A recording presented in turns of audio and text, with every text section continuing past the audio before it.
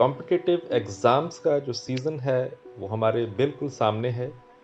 आप किसी भी एग्ज़ाम में बैठना चाहते हैं 2023 में, तो उसके लिए बहुत कम समय हमारे पास बाकी है और इसके लिए आप सभी ने पूरे तन मन से जो है उसमें अपने एफ़र्ट्स को डाल रहे हैं और इन एफ़र्ट्स की वजह से ही आपकी कामयाबी या नाकामयाबी जो है वो निर्धारित होगी। लेकिन हम समझ सकते हैं कि कितना प्रेशर होगा आपके ऊपर और कितनी आपके अंदर शिद्दत होगी अपने लक्ष्य को प्राप्त करने के लिए। इन कॉम्पिटिटिव एग्ज़ाम्स के थ्रू हर साल देश की जो क्रीम है, जो इंटेलिजेंसिया है, उसका चुनाव होता है और अलग-अलग हमारे शोबों के अंदर इनका जो चुनाव है वो आप स्टूडेंट्स का होके आप अपने ड्रीम स्ट्रीम को जो है वो चुन पाते हैं।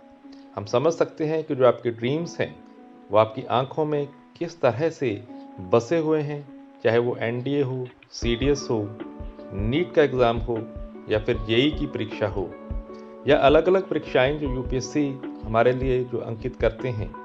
किसी भी लेवल का कॉम्पिटिटिव एग्ज़ाम हो, उसको पास करके एक ड्रीम डेस्टिनेशन के ऊपर पहुंचना, उसका ड्रीम जो है वो आपकी आंखों में हम भली भांति देख सकते हैं। लेकिन वो कौन होंगे जिनके ड्रीम्स रियलिटी बनेंगे, या वो कौन होंगे जिनके ड्रीम सिर्फ डे ड्रीमिंग ही बन के रह जाएंगी, ये निर्धारित करता है इन कुछ हफ्तों के या कुछ एक महीनों के ऊपर जो आने वाले दिनों में हमारे सामने है।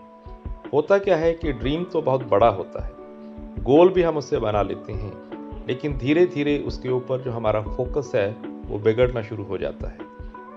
ऐसा क्यों होता है?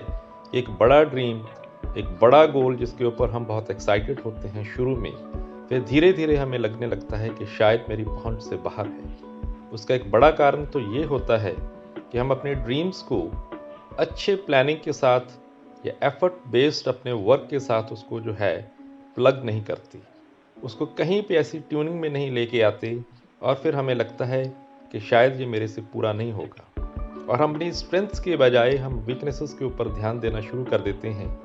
टनल फोकस के बजाय हम फिर डिस्ट्रैक्शंस की तरफ बढ़ना शुरू करते हैं और धीरे धीरे हमें ये लगता है कि हमारे एक्सक्यूजेस बड़े हैं और ड्रीम छोटा है। कभी लगता है सिलेबस ज़्यादा है, कभी लगता है कि समय कम है। पर अगर आप स्ट्रेटेजाइज करें, अभी से अगर फूल प्रूफ एक ऐसी प्लानिंग बना लें और देखें कि एक बड़े गोल को जो महीनों में पूरा करना है उसको हफ्तों में कैसे बांटें, हफ्तों के गोल को अगर आप डेली लेवल पे लेके आएँ और फिर हर रोज़ जो आपने करना है उसको सुबह दोपहर शाम घंटों के अंदर तब्दील करें, तो आपके पास एक ऐसी स्ट्रेटेजी होगी जो आपको 100% आपकी कामयाबी की तरफ लेके जाएगी। और ज़रूरी होता है कि उस टाइम टेबल को जो आपने बनाया उसको स्टिक करना, जिस प्लानिंग के साथ आपने अपने लक्ष्य की प्राप्ति को निर्धारित किया है उसके ऊपर पूरा एफर्ट डालना और हर तरह से उसको एग्जीक्यूट करने में अपना पूरा जोर लगा देना। इसके लिए एक अच्छे काउंसलर की आपको ज़रूरत हो सकती है। एक बार बैठ के पेपर पेन के साथ उसको आप प्लानिंग में लेके आइए, फिर यही निर्धारित करेगा कि आपकी कामयाबी कैसे आती है। वो एक ही शब्द है, प्रेपरेशन। प्रेपरेशन अगर आपकी अच्छी होगी तो फिर आपकी कामयाबी आपको 100% मिलेगी।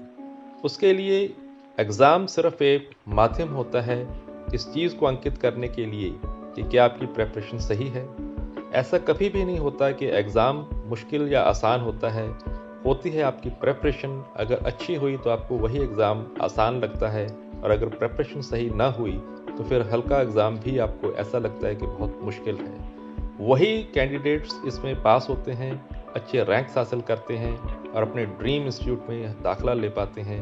उन्हें ही कामयाबी मिलती है जिनके पास प्रॉपर प्रेपरेशन होगी। आपकी पुअर परफॉर्मेंस आपकी प्रेपरेशन के साथ जुड़ी होती है और आपकी वंडरफुल प्रेफरेंस भी जो है वो आपकी तैयारी के साथ ही जुड़ेगी। तो इसके लिए हमारी तरफ से आपको बहुत बहुत शुभकामनाओं के साथ एक ऐसा प्लान, एक ऐसी स्ट्रेटजी आपको देने का लक्ष्य है कि कैसे आप हर हाल में फर्स्ट अटेम्प्ट में ही अपनी कामयाबी को निर्धारित करें। तो इसके लिए सिर्फ एक चीज़ के ऊपर काम कीजिए, बड़ा ड्रीम, गोल में उसकी कन्वर्शन, उसके लिए प्रॉपर स्ट्रेटेजी और फिर मैसिव एक्शन, ताकि जब तक आपका लक्ष्य आपको प्राप्त ना हो जाए तब तक आपने उसके ऊपर पूरा जोर, पूरा काम करना है।